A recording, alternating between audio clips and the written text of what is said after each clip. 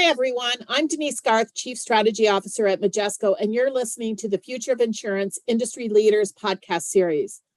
Follow along as I interview the best and brightest leaders in the insurance industry and insurtech landscape to bring you the latest in digital transformation, innovation, industry trends, challenges, and opportunities, as well as next-gen technologies. We use our experience to anticipate what's next without losing sight of what's now. Stay tuned to find out your next now.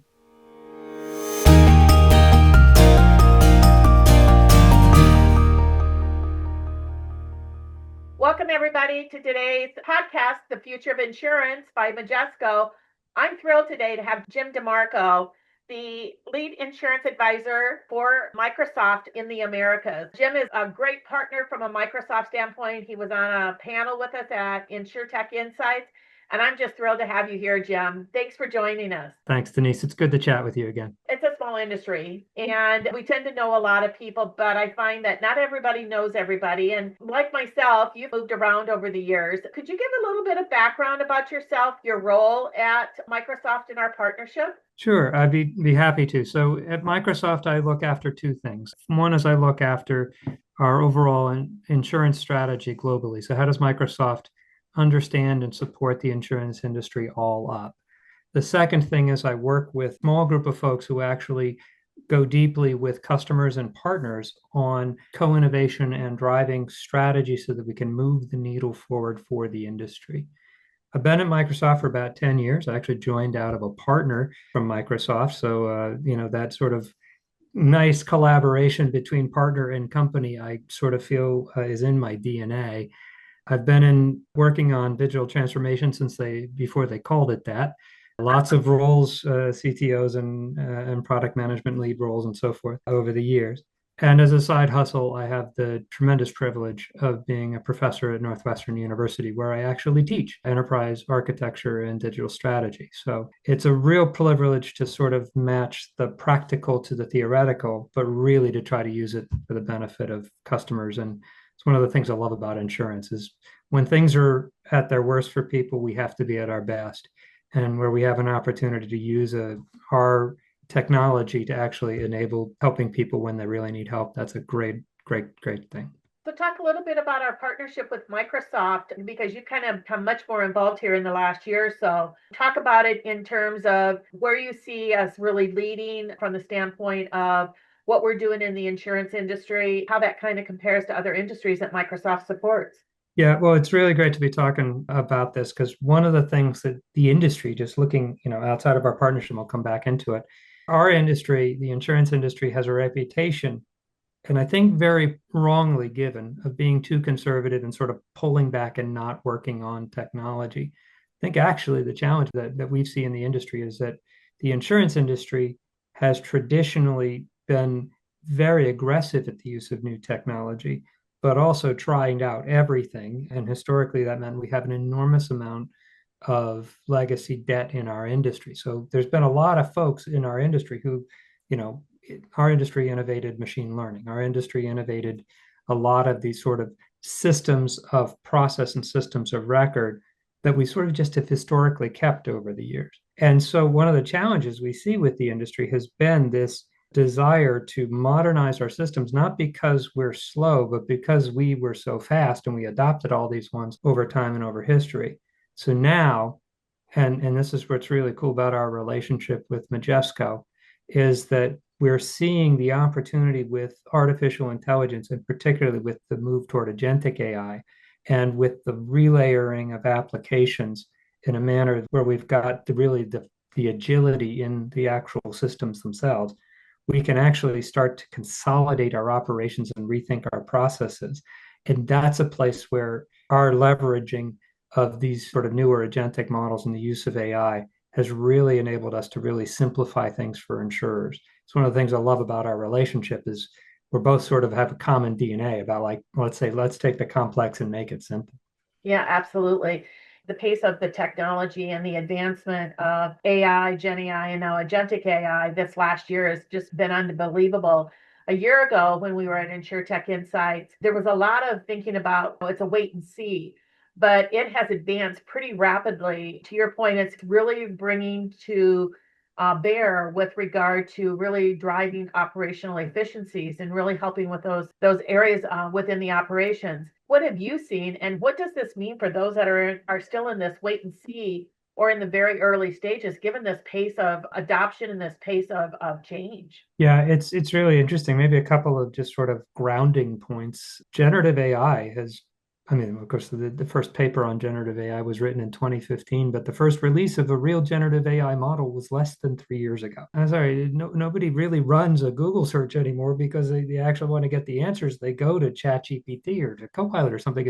It is now so embedded in our DNA that we have that fundamental change in how we've looked at the use of artificial intelligence. It is just now sort of in the common parlance. It is table stakes. Within the last year, where we were this time a year ago, I think on one of my customers, literally a year ago today, on the day of this recording, they had their investor day and they were talking about how they were launching generative AI together with cognitive AI to change a bunch of their processes. And they were really excited about the fact that they could launch a new application once of every single week to actually simplify their processes. As a life insurer talking about how they handle their underwriting, how they handle their agents and producers and so forth. One change a week, which was up from one change every 3 months in terms of their ability to accelerate. That was a year ago. We added in agentic modeling only less than 8 months ago. And now we're launching a new application every single day. And the construct isn't about the launch of the applications, it's the implications on how we're actually able to change our business operations. We're at this point where things that used to take us a good core systems change 5 to 10 years, right? Using a more modern system like yours, a lot faster, but still at the same time, our software or our release cycle, our product cycle was still counted in years. We brought it down 2 years ago to weeks to months, and now we're talking days to weeks in terms of our ability to generate a flywheel effect of operating change in an organization. That's at a pace that nobody's seen before, right? And now with these agentic model construct to take AI agents and use them and make them reusable. It's much more of a factory styled approach now where we can actually not have to custom build software. We can call upon these capabilities and just pull them in as we need. And that's how we're seeing the fundamental change in how we're going to be running operations in insurance companies. I think we're seeing a sea change. One last thought on this, and that's that, if we talked 2.5 years ago, 3 years ago about something like document ingestion, document processing, that was science fiction. It was cool. We were going to get there someday.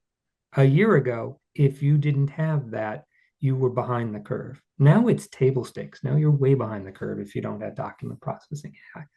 That's just how we're seeing it. It's coming faster than we've ever seen it before. When I go back and your comment that, GenAI was really introduced 3 years ago, that was really when we made the leap and said, okay, we're going to get on board and we're going to embed it into our core solutions. And we're still the only one that has embedded it across the entire set of solutions that we have, so that it's basically on every screen. And now we've moved into much more focused capabilities, to your point, leveraging GenAI, ingesting documents, and now agentic AI. And we're 2.5, almost, it'll be 3 years into this. And we're beginning to see some real result for our customers at how it's actually driving down expense ratios, how it's really helping to position when they're doing an AM Best review that not only their financial results are much better, but when they're kind of focused in on their AM Best innovation rating, they really have a strategy and they are really investing in not just the technology, but a different operating model to really drive growth for their companies. How do you kind of see how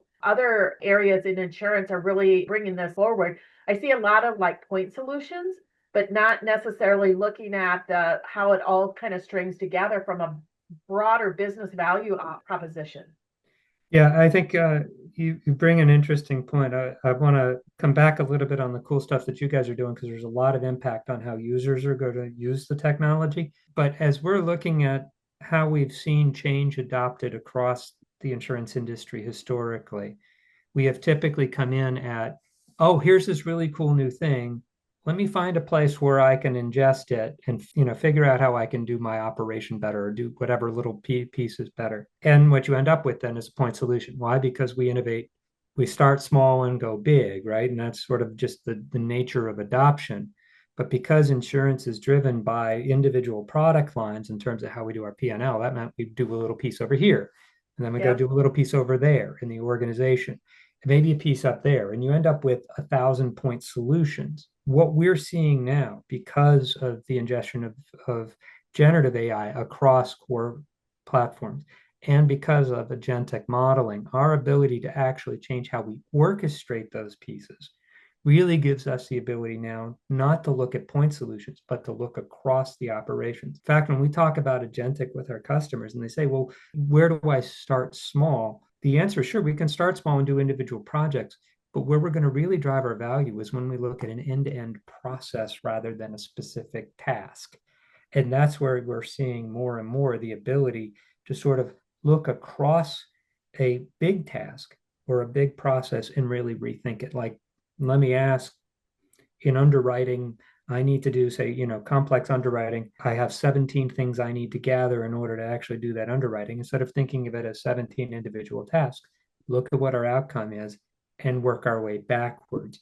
That gives us the ability to take much bigger swings at the bat. And that actually gives us the ability to drive an awful, not just more efficiency, but much more effectiveness in how we do those core systems and how we actually do those core processes. But then look at it from the perspective of the end user. And this is one of the cool things I like about what you guys are doing. When we look at who actually works in the insurance patch, we typically have what we call the barbell problem, which is, we have some people who are brand new, just came out of college, working 1, 2, 3 years. And then we have people who have a life sentence in insurance, right? Who've been doing it their entire career. And there's that thin piece in the middle where people leave the insurance industry, where they stick around for a long time. The challenge is that the training of new users and the use of technology for experts, very different things. And from the perspective of how we're seeing the impact of, when you look at it systemically, using generative and agentic AI is really great for new users because it enables us to train them where we don't have to take those folks in the middle, the people we normally stick into training who get really frustrated and then leave. We actually enable the AI to make the new users better. And then for the folks who've been there a long time, I can use the AI to take out the aggravating stuff that I don't want to do and actually enable them to focus in on their jobs and be more effective and, somewhat more efficient. But usually efficiency is not the issue with an expert. It's usually effectiveness, so that they can go sort of spread their wings a little bit more. That's where we actually see good retention beginning and end of career, and then ultimately in the middle as well. There's real an impact on users. I couldn't agree with you more, especially given that the estimates are 40% of the industry professionals are going to be retiring by 2030. It's needed more than ever. But the other aspect of it is the quality and consistency at being able to deliver the information or actually do the processing or to provide the information to an agent or a customer. I think that consistency and quality is something that's underappreciated, particularly given the impact it can have on a really positive impact on customer experience or agent experience. Absolutely. Couldn't agree with you more. We've even started to see this because when we look at it in the area of, well, we've seen it in the claims and sort of customer service space, but we actually also see it a bit in the underwriting and in the sort of sales space as well. What we've seen is even experts or beginners for that matter, a person's effectiveness is actually different at the end of the day than it is at the beginning of the day. We just get tired. AI doesn't. And so actually what we've found is when people are supplementing their skill sets with artificial intelligence, they actually are more effective at the end of the day than they were previously. So what it actually found is it actually enabled better quality and more consistent quality between 9 a.m. and 5 p.m., just in terms of how they're working, which drives customer satisfaction, as you say. It drives better outcomes for the insured and any claimant, and then ultimately it leads to better conversions in the producer space. We're seeing that. I wouldn't say entirely across the board because we're still seeing sort of lumpy adoption in terms of some of the places of how people are using it in sales. But this is a place where we're definitely seeing statistical improvement. Yeah. One of the topics that we talked about on the panel at InsurTech Insights was how agentic AI and GenAI inside of core platforms can help build trust with auditable, repeatable transactions and actions. Kind of talk a little bit about that and then how that kind of relates to the whole concept of governance, which obviously is a big topic within this industry. Yeah, actually, it's funny. So in mid-July, Swiss Re actually just published a whole study on how people are looking at AI, how end customers are looking at AI in the insurance industry. And one of the things I looked at was the correlation between people understanding what the AI is being used for and their trust in the insurer. And what their study more or less found was that if a customer actually understood how AI was being used, their ability and willingness to share data and their ability and willingness to actually trust the insurance company went up. And the only construct there's a high correlation there between understanding and trust of the insurer, which trust of insurance companies, as you know, is not particularly high on average. But then on top of that, the single biggest factor was actually having auditability and actual constraints and responsible AI practices put in play. So the challenge with that, of course, is that when we're using these predictive models don't answer the same question the same way every time. That's predictive answers. Just like a human doesn't answer the same question the same way every time, they go in the same direction usually, but not always exactly the same answer. And so what we're seeing now is as we see how we're using AI, there's going to be two things that are starting to evolve. One is provide tremendous clarity on what AI is being used for and what type of AI and what are the expected outcomes of it. One of the things that agentic modeling gives us is the ability to use an agent to audit what an AI decision is, what an AI outcome is coming in. So I'm going to ask a question of a generative, of a piece of generative AI. I'm going to ask, give me a summary of this conversation, and there's 3 bullets on what it is. And then I'll have another agent actually audit that and say, well, does that sound right? And oh, by the way, maybe we should record what that was said. So we're actually using AI to audit AI now, to actually then provide the transparency of here's the question, here's the answer, and here's how that answer deviates or doesn't from standard norms of our processes. And providing that flow gives us the ability now not only to use the AI, but to explain it and to explain it to customers and ourselves for audit purposes. It's a big difference from how we think that we're transparent and auditable today when you've got people doing the process without the help of agentic AI or AI, and you don't necessarily have that consistency or necessarily that quality. So in many ways, this is actually going to bring more transparency and auditability than what we've ever seen previously. Would you agree, Jim? I totally agree. It's sort of interesting. It's back to that beginning of the day, end of the day problem, right? Beginning of the day, oh, we're very consistent. At the end of the day, I'm like, oh God, I don't want to do another one of these phone calls. And that construct of like, just I'm tired and annoyed. I don't want to deal with this customer. That construct of actually saying the AI doesn't get tired. The AI, there will be some variability, but that variability will end up inevitably being less than human, and we'll still have because it is still using technology, we'll have the ability to provide the audit trail, input tool output, so we can actually say this is what the decision was. Similar to how I went to Bob and Bob made decision X and and wrote it down. That's our sort of audit trail today. And now we'll just say we'll have more data in it, and also because there's less variability in the AI than there is in human actions, we'll actually see greater quality as it comes out. So I want to go back to a statement that you made about a sea change, that we're seeing a sea change in the industry as it relates to what our operating model is going to be, how our processes are going to be with the impact of GenAI and now agentic AI to take our operations to a whole different level. When I look at this and I think about this, one of the things that we've struggled as an industry the last few years is that we've had to raise prices because the level of different types of claims in the industry and the cost of claims, and it's a host of many, many factors.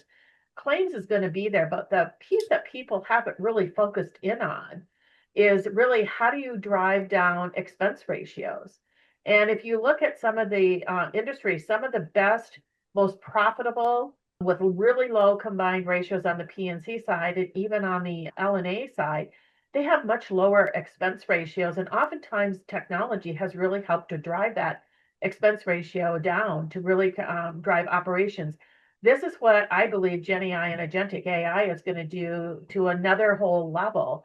And not only is it going to drive down those expense ratios, it's going to help us be able to have better pricing then. Instead of having to raise prices, maybe we can actually be much more competitive with a lower price and kind of change that whole protection gap that's been growing because people are unable to afford insurance and build trust back into the market. I think that's where I see kind of a vision perspective of what the sea change is. What's your kind of view on it, Jim? I think you're right. I think one of the things we're going to see, obviously, the ability to lower expense. One of the things we've seen is actually the ability to drive more empathetic experiences at the same time, which seems almost counterintuitive. But the idea of customer retention because I actually was nicer to the customer, turns out that's really important. And what we've also found is the folks who are actually using cognitive generative AI and even now agentic models to drive like more consistent communications with their customers, I actually found that they lower their costs, but they actually improve customer satisfaction. So win across the model. But one of the things we're seeing is in specifically the ability to provide more customized type services. And that's where I think what's weird. We've always avoided the idea of customization in our industry because we figured there was no way of actually doing it without raising our expenses. What we're seeing now, though, is because we have agents, which are, the marginal cost is close to zero, our ability to actually drive the services that will bring money back into the market or bring sort of better risk modeling back in for individuals at a close to zero marginal cost. So as we expand, we're used to saying, well, that's bad appetite. I'm not going to go into that. That's one of the reasons why we've created the gap in the first place. It's our ability to lower the incremental cost of service that gives us the ability actually to see as an expense ratio, as a percentage of overall gross written premium, this will come down. So I think you're right. I think what we're going to see is it's our ability to leverage the individual additional services like risk mitigation services, providing whether it's something like an audit of your home and where the potentials for flooding might be and that type of a thing. Those capabilities are ones that were always too expensive for us to actually offer to provide the right type of insurance to close the gap. Now we'll have the ability to actually say, we can do that really cheaply. So now we'll actually, as a percentage, we'll actually see the percent expenses go down relative to gross written premium. I think that's a lot of what we're going to see coming forward. Overall, just in the traditional book, we've definitely seen the folks who have more automation and simplification of process, because those go hand in hand. That's where we've seen, I think, the greatest impact in terms of expense ratios. What do you think's next coming in this whole arena of AI, Gen AI, Agentic AI? What do you think's going to be next that's going to be pretty exciting? I'd say there's two things. One, just the fact is that Agentic is still pretty new. I think we thought we joked about this on stage just a few months ago. If you typed in Agentic into any browser, autocorrect would change it to genetic. There's just this like weird thing. People don't understand what the heck that is yet. That said, the adoption of Agentic AI will drive our ability to actually consolidate processes. Traditionally, we have 1,000 processes, and people are like, oh, I can change my processes. Let me do this giant business process re-engineering effort. I'll go spend $1 gajillion with some consulting firm to go do that. We don't necessarily have to do that anymore because we can actually say, what is the outcome, and then work our way back. What this gives us the ability with Agentic is to look at legacy process and actually do process simplification without an enormous amount of cost. That'll have a fundamental change in operating model and simplification for operations.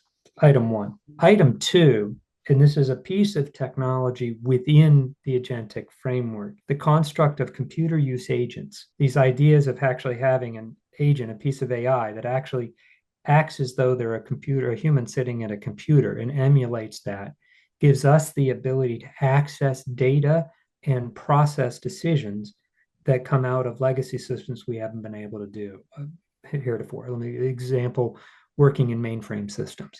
Like today, if I want, most of the time anyways, if I want to get information out of some core legacy system that's sitting in, an AS400 someplace and just, hasn't been touched and nobody touched that thing because God forbid we break it, that sort of delicate historical stuff Those pieces, we still rely on humans sitting at a keyboard, looking at a green screen or something that looks like Windows 3.1. That stuff now, our ability to actually use an agent to actually access that information gives us the ability to not only drive down the cost of that access, but actually make that information much more available in other processes. Because now stuff that's sitting in a mainframe that used to involve a human we can actually access right in a standard process using agentic modeling and a computer use agent.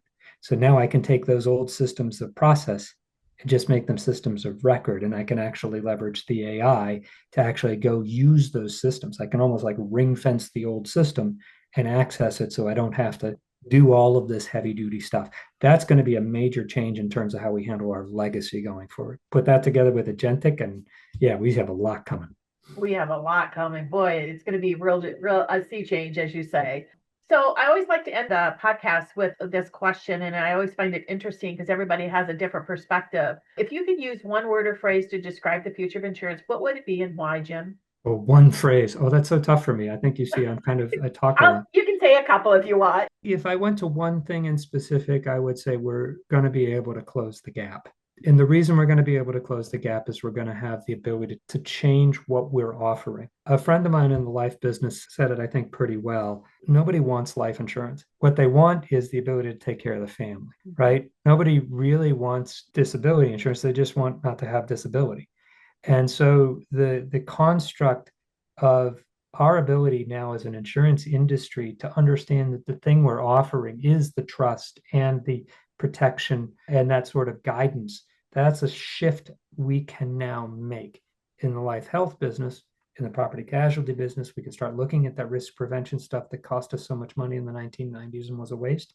We now have the ability actually to look at that risk mitigation much better. So as I see it, what we have now is the ability to simplify our operations and then understand once we simplify, that gives us the ability to add the additional value, the mitigation, the guidance, the sort of empathy, those three core factors that enable us to close the gap. And I got to tell you, I'm really optimistic about what we can do.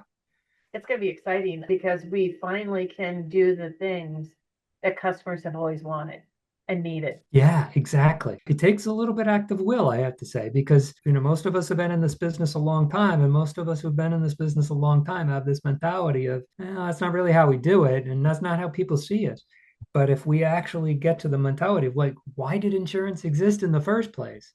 Now we can actually talk about what we can do to make things better. Really rethink the business and start from scratch almost. Yeah, really get to the promised sort of our why, if you will, as an industry. Exactly. Well, Jim, we really appreciate the partnership with Microsoft, and we're very proud to be able to be trailblazers with you guys. Look forward to the many things ahead. Yeah, same here. It's a real pleasure to work with you, Denise, and also to sort of work with Majesco as well. There's really a lot of great ahead of us. Absolutely. Well, thanks a lot, Jim, and I know that we'll be talking soon. Thank you. Take care. That's it for this week's episode of Future of Insurance Industry Leaders podcast. Subscribe to our market-leading podcast series available wherever you get your podcast from. Thank you for listening, and be sure to tune in the next time.